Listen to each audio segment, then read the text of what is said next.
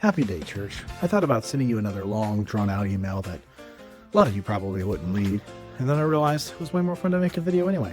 Plus, if I make a video, I can wander around, I can make you all motion sick while I spit around, and I have the opportunity to have, cuter things in the background. Like that cheap. It's pretty cool. Over the past few months, I've been praying about how can we make the greatest discipleship impact with the limited time that we have on our Sunday mornings. Part of the answer to that was to develop a discipleship pathway, which we've been introducing, we've been communicating, and it is actually slowly being implemented in the church. It's going to take some time as we get that off the ground, but I think more of our structures are going to have to cooperate together for that to work well. As I have reflected and observed, I've become pretty convinced that God is calling us to readjust our Acts 2:42 structure just a little bit so that we can better maximize the impact. And part of the reason I'm doing this video is so that I can share that vision with you a little bit better than comes across in written communication. On Sunday, someone was told, well, Joe's just getting rid of the 242 ministries. By now, hopefully most of you have learned that I don't actually get rid of anything. I just change it around, rewrap it, mix it up, splash it all around, and then try it again until it works best. In fact, if you feel like you're a little exhausted from change from the time that I've been here at this church, which is 3 years, it's not because I don't want stable structures that I can leave running, because I actually love designing an ecosystem that sustains itself. But what I'm looking for are the things that connect, the things that help our people, the things that people respond to. What do people want? What do they need? What helps them the best way? And until I find it, I just kind of keep tweaking until we can serve the needs that we have. Now, one of the biggest confirmations that I had that we needed to adjust our structure was after I taught the spiritual warfare class. And I'm not sure what it looked like from the media team, but I bet it was really cool from there. Anyway, we had over 70 people attend each of those classes each week, which is more than our normal attendance in our 242 classes. Plus, we had a group of people that I have not been able to nail down very well. The foyer people. The ones that hang out in the foyer instead of going to a church program that we have. Also, if you have a Sunday school teacher who has an off week, they don't feel like they really fit in their 242 class. So we kind of created an internal roadblock where people are stuck between serving and going to a 242 class, and they don't really know where they fit. But when we have the spiritual warfare class, everybody could come in for one class or maybe miss another class, but they were there for it often. So we saw that the church responded and gathered around biblical teaching that was relevant to them, that addressed a need that they had in their life. Another thing that we've noticed is that many of our groups do not have the required 2 leaders necessary for them to function well. Our fellowship lunches have kind of dropped off because many of the groups just couldn't sustain that schedule. It is a lot of work to pull off a luncheon. And then some of our newer people, because the classes are tucked away in B-Wing, they don't always know where to go, and it's kind of a lot of church to explore.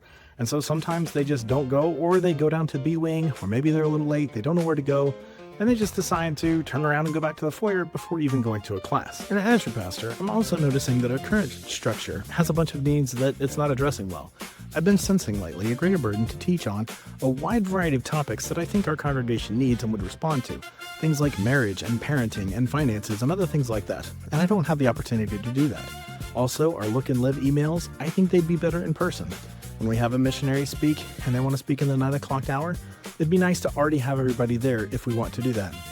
We could have preliminary business meetings, we could have preliminary question and answer times, things that affect the life of our church could be discussed if we had a gathered time that allowed a place for those things, even sharing of testimonies, more prayer, other than a gathered worship service, because I don't feel right infringing on the time taken apart to exposit God's word to deal with issues that aren't the preaching of the gospel. I'm not saying that those things aren't important, or that I'm actually hiding behind the pulpit, because I don't want to do that, and I don't want all of our classes to just be corporate things. I want lots more small groups.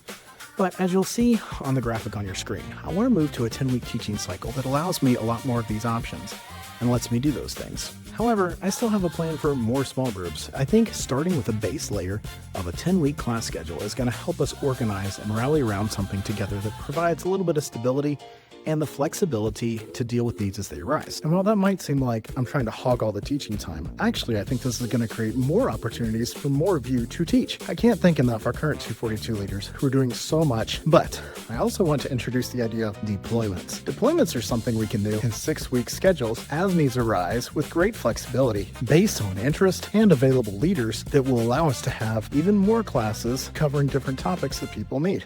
This is also going to help with our easy on, easy off policy. So when you sign up to lead a 242 class, or even go to one. It's not a prison-style life sentence. You're there for 6 weeks. You're going to study what you came to study, or do a missional project, or whatever you're going to do. And then you're going to come back and tell the rest of the class about it, which will hopefully continue to mobilize people who have only come to that main class so that they can go on another deployment because they see how exciting and awesome it is. This will give us the opportunity to keep things clean, focused, working well, and meeting a whole lot of people's needs at one time. And if you're one of those people who says, well, wait, we have to be spending more time together in smaller groups where we can actually communicate, you are absolutely right. And biblically and in church history, you know what we found?